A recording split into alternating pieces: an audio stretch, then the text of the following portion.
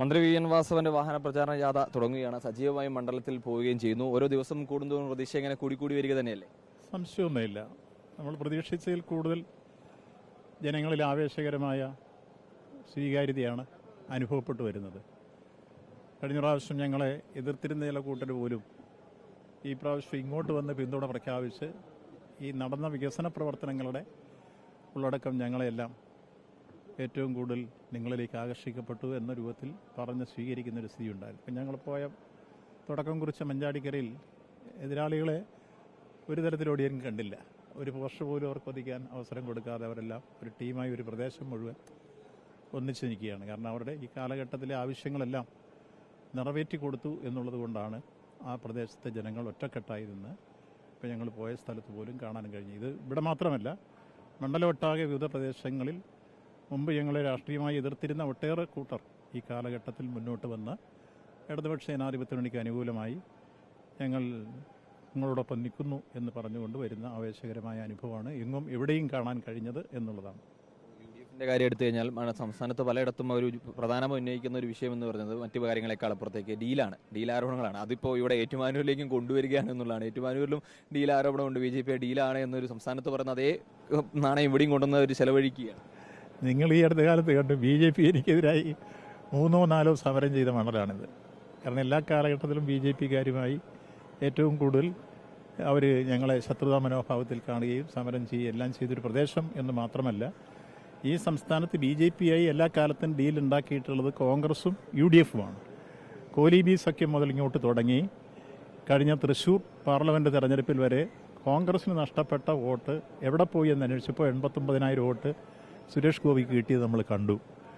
അതേപോലെ തന്നെ കേരളത്തിൽ വിവിധ സ്ഥലങ്ങളിൽ അത്ര സ്ഥിതി കണ്ടു. ഇതുന്നയിച്ച പ്രതിപക്ഷ നേതാവാണ് ഗുരുജി ഗോൾവൾക്കറുടെ മുമ്പിൽ അദ്ദേഹം പോയി തിരികൊളുത്തുന്ന രംഗം മിനിങ്ങാന്നും പത്രങ്ങളിൽ വന്നിരുന്നു. അദ്ദേഹമാണ് RSSുമായി തെളിഞ്ഞും ഒളിഞ്ഞും ബന്ധങ്ങൾ സ്ഥാപിച്ച് പഴയ കാലങ്ങളെല്ലാം ഡീല് നടത്തി രക്ഷപ്പെട്ടു വന്നുകൊണ്ടിരുന്നത്. നിയമത്ത് മുമ്പ് യഥാർത്ഥത്തിൽ BJP ജയിപ്പിക്കാൻ വേണ്ടി ഇപ്പുറത്ത് മറ്റൊരു സ്ഥലത്ത് അഡ്ജസ്റ്റ്മെൻറ്റ് നടത്തിയാണ് അവർ മുന്നോട്ട് വന്നത്. അതിപ്പോഴും അവർ തുടരുകയാണ്. അത് പല സ്ഥലത്തും കോൺഗ്രസിൻ്റെ വോട്ട് എവിടെ നഷ്ടപ്പെടുന്നോ അത് പരിശോധിച്ചാൽ അത് BJPക്ക് കിട്ടിയിട്ടുണ്ട്. BJPയുടെ വോട്ട് എവിടെ നഷ്ടപ്പെടുന്നോ അത് കോൺഗ്രസിന് കിട്ടിയിട്ടുണ്ട്.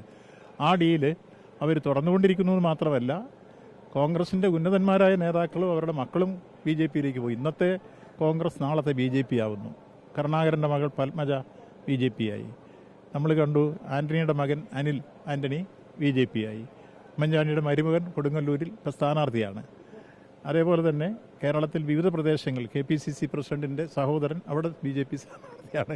അപ്പോൾ ആരാണ് BJPയിലേക്ക് പോയിക്കൊണ്ടിരിക്കുന്നതും ലീലുണ്ടാക്കിക്കൊണ്ടിരിക്കുന്നതും വളരെ ഭംഗിയായി തിരിച്ചറിയാൻ ഈ സംഭവങ്ങളെല്ലാം എടുത്ത് പരിശോധിച്ചാൽ മതി. അവരയഥാർത്ഥത്തിൽ ഇതിൽ സ്വീകരിക്കുന്നൊരു നിലപാട് ഉത്സവപ്പറമ്പിലെ കള്ളനെ പോലെയാണ്. കള്ളൻ വിളിച്ചു പറഞ്ഞ് കള്ളൻ ഓടുക. അപ്പോൾ ഡീലില്ല അവർ നടത്തിയതിന് ശേഷം അത് മറപിടിക്കാൻ വേണ്ടി ഇടതുപക്ഷ മുന്നണിക്കെതിരായി ഇപ്പം മറ്റൊന്നുമില്ല. പണ്ടെല്ലാം വികസന കാര്യങ്ങൾ ഒന്നും ചെയ്തില്ല എന്നൊക്കെ ഇപ്പം അതും പറയാൻ കേരളത്തിൽ ഇല്ലാത്ത സാഹചര്യം വന്നപ്പോൾ യഥാർത്ഥത്തിൽ ആ രംഗത്തു നിന്നെല്ലാം ചുവട് മാറ്റി ഡീലുമായിട്ട് ഇപ്പോൾ രംഗത്തിറങ്ങി അടിസ്ഥാനരഹിതമായ ആക്ഷേപങ്ങൾ ഉന്നയിച്ചുകൊണ്ട് മുന്നോട്ട് പോകുന്ന പൊതുസമീപനമാണ് ഇവർക്ക് സ്വീകരിക്കുന്നത്. രമേശ് ചെന്നിത്തല ഒരു പുതിയൊരു ആരോപണമായിട്ട് വന്നിരുന്നു, ശ്രദ്ധയിൽപ്പെട്ടിരുന്നു. അതായത് ദിനേശ് BDയുടെ കരാർ കൊടുത്തുമായി ബന്ധപ്പെട്ട ഒരു കരാർ ഇതുവരെ അവാർഡായിട്ടില്ല. അത് അദ്ദേഹം മനസ്സിലാക്കാഞ്ഞിട്ടാ. അതിൽ നിന്ന് നിങ്ങൾ മനസ്സിലാക്കേണ്ടത് രമേശ് ചെന്നിത്തലയ്ക്ക് സ്വകാര്യ വ്യക്തിയോട് എന്തോ താല്പര്യമുണ്ട്. അതാണ് ആക്ഷേപത്തിൻ്റെ അടിസ്ഥാനം. കാരണം ഞങ്ങൾ TCS ആദ്യമായി ടെൻഡർ ക്ഷണിച്ചപ്പോൾ അവർ വന്നു. അവർ സ്വകാര്യ സംരംഭകരാണ്, സിംഗിൾ ബിഡാണ്. ആ സിംഗിൾ ബിഡ് ഒരു ഘട്ടം കഴിഞ്ഞപ്പോൾ അവർ പിന്മാറുകയും ചെയ്തു. സ്വാഭാവികമായി പിന്നെ ക്ഷണിച്ചപ്പോൾ 45 കൂട്ടർ വന്നിരുന്നു, വരാനുള്ള അവസരം ഉണ്ടാക്കി. സഹകരണ മേഖലയും വന്നു കഴിഞ്ഞാൽ പൊതുരംഗമാണ്, അതിനകത്ത് വേറെ കാര്യമില്ല. ചീഫ് സെക്രട്ടറി അധ്യക്ഷനായുള്ള ഒരു കമ്മിറ്റിയാണ് ഇത് പരിശോധിക്കുക. അത് സംബന്ധിച്ച് കേരള ഹൈക്കോടതിയിൽ ഒരു പെറ്റീഷൻ വന്നു. കോടതി ഇതുമായി മുന്നോട്ട് പോകണമെന്ന് കോടതി അവാർഡ് ചെയ്തിരിക്കുന്നു. അത് ഇതുവരെ അവർക്ക് ജോലി അവാർഡ് ചെയ്ത് കൊടുത്തിട്ടില്ല. ചീഫ് സെക്രട്ടറിയുടെ മുമ്പിൽ പരിഗണനയിലിരിക്കുന്നു എന്നുള്ളത് മാത്രമാണ് ആ വിഷയം. അതിൽ ഞാൻ പറയുന്നു, രമേശ് ചെന്നിത്തലയ്ക്ക് ഈ സ്വകാര്യ വ്യക്തിയോട് താല്പര്യമില്ലെങ്കിൽ പൊതുമേഖലയ്ക്ക് കൊടുക്കുന്നതിന് എന്തിനാണ് അങ്ങനെ എതിർക്കുന്നത്? സഹകരണ മേഖല പൊതുമേഖലയല്ലേ? സഹകരണ മേഖല എന്നുള്ള ഡീലിനും ഈ ബന്ധത്തിന് വേറെ എന്താ കുഴപ്പം? അതുകൊണ്ട് ഈ കാര്യത്തിൽ അത് പരിശോധിച്ച് കോടതി തന്നെ പരിശോധിച്ചതിന് ശേഷം ഇതുമായി മുന്നോട്ട് പോകണമെന്ന് കോടതി നിർദ്ദേശിച്ചിരിക്കുന്നത്. അദ്ദേഹം പറയുന്നത് കുറഞ്ഞ ബിഡ് ചെയ്തവരെ ഒഴിവാക്കിയിട്ട് ഇവർക്ക് അവസരം ഒരുക്കി കൊടുത്തു എന്നുള്ളതാണ്. അതൊരു വിദഗ്ധ സമിതി, IT രംഗത്തെ ഏറ്റവും വിദഗ്ധന്മാരായ ഒരു സമിതിയെ നിയോഗിച്ചു. ആ നിയോഗിച്ചപ്പോൾ 100-ൽ 82 മാർക്ക് കിട്ടിയിട്ടുള്ളത് ദിനേശിനാണ്, സഹകരണ സംഘമാണ്. അപ്പോൾ സഹകരണ സംഘത്തിന് തന്നെ 182 മാർക്ക് കിട്ടി അവർ മുന്നോട്ട് വന്നാൽ വിദഗ്ധ സമിതി പരിശോധിച്ച് അത് ശുപാർശ ചെയ്തിപ്പോൾ ചീഫ് സെക്രട്ടറിയുടെ മുമ്പിൽ വന്നിരിക്കുകയാണ്. ഇതുവരെ അവർക്ക് അവാർഡ് ചെയ്ത് കൊടുത്തിട്ടുമില്ല. അത് പരിശോധനയിലും പരിഗണനയിലും ആണെന്നുള്ള മാത്രം വിഷയം നിൽക്കുമ്പോൾ കോടതിയിൽ വിഷയം വന്നു. കോടതി പറഞ്ഞു ഇത് തന്നെ കൊടുക്കണം, മുന്നോട്ട് പോകണമെന്ന് പറഞ്ഞിരിക്കുക. അപ്പോൾ അതിന് സിംഗിൾ ബെഡിനെ ഒഴിവാക്കി എന്ന് പറയുന്ന TCS സ്വകാര്യ മേഖല. അപ്പോൾ ആ സ്വകാര്യ മേഖലയ്ക്ക് കൊടുക്കാത്തതിലാണ് ഇപ്പോൾ പിന്നെ ചെന്നിത്തലയ്ക്ക് വിഷമം. അതിൻ്റെ താല്പര്യം എന്താണെന്ന് പരിശോധിച്ചാൽ മതി. അങ്ങനെ ഈ ഒരു UDF സ്ഥാനാർത്ഥികൾ അല്ലെങ്കിൽ തൊട്ടപ്പുറത്തുള്ള UDF-ഉം BJP-യും ഒക്കെ ഒരു കാര്യമാണ് ഇവിടെ മണ്ഡലത്തിൽ പ്രധാനമായും പറയുന്നത്. വികസനവും മറ്റു വിഷയങ്ങൾക്കപ്പുറത്തേക്ക് ശബരിമല സ്വർണ്ണക്കൊള്ളയുമായി ബന്ധപ്പെട്ട ആ കാര്യങ്ങൾ ഉന്നയിച്ചുകൊണ്ടാണ് പല സ്ഥലത്തും പ്രചാരണങ്ങളൊക്കെ നടത്തുന്നത്. അത് പ്രചരണം നടത്തുന്ന നാട്ടുകാർക്ക് നന്നായിട്ട് അറിയാം. എനിക്കതിൽ തികഞ്ഞ അഭിമാനബോധത്തിലാണ് ഞാൻ സമീപിക്കുന്നത്. 2019 നടന്ന ആ കൊള്ളയും സംഭവമെല്ലാം ഈ കാലഘട്ടത്തിൽ പിടിക്കാൻ കഴിഞ്ഞു എന്നുള്ളതിൽ ഞാനാണ് ആദ്യം കേരള ഹൈക്കോടതിക്ക് SIT വെച്ച് ഇത് അന്വേഷിക്കണമെന്നും ഏത് കള്ളന്മാരായാലും അത് വെളിയിൽ കൊണ്ടുവന്നും പറഞ്ഞു. നല്ല ടീമിനെ വെച്ച് കോടതി അത് അന്വേഷിച്ചു. കോടതിക്ക് പൂർണ്ണ സംതൃപ്തിയാണ്. പിടിക്കപ്പെട്ടപ്പോൾ അതിൽ 2 പേര് CPM-കാരാണ്, ബാക്കിയുള്ള കോൺഗ്രസ് നേതാക്കന്മാരാണ് ആ സംഘടനയുടെ മുഴുവൻ ആളുകളും.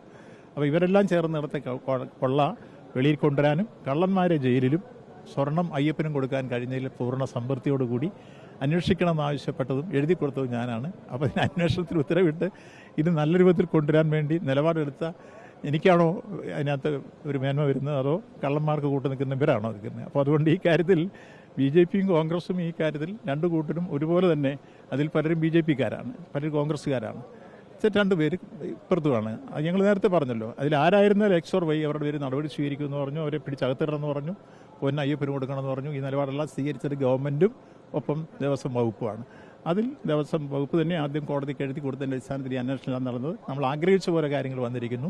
അതുകൊണ്ട് തികഞ്ഞ അഭിമാനബോധവും സന്തോഷവുമാണ് എനിക്ക് ആ വിഷയത്തെ സംബന്ധിച്ചുള്ളത്. അതുകൊണ്ട് ആ പ്രചരണത്തിന് യാതൊരു അടിസ്ഥാനവും ഉണ്ടാവില്ല. ജനങ്ങളത് തിരിച്ചറിഞ്ഞിരിക്കുന്നു. അത് തിരിച്ച് അവർക്ക് തന്നെ കാര്യമായിട്ട് വരും. ആരോപണങ്ങളെല്ലാം ജനങ്ങൾ തള്ളിക്കളഞ്ഞ് കൂടെ ഉണ്ടാവും.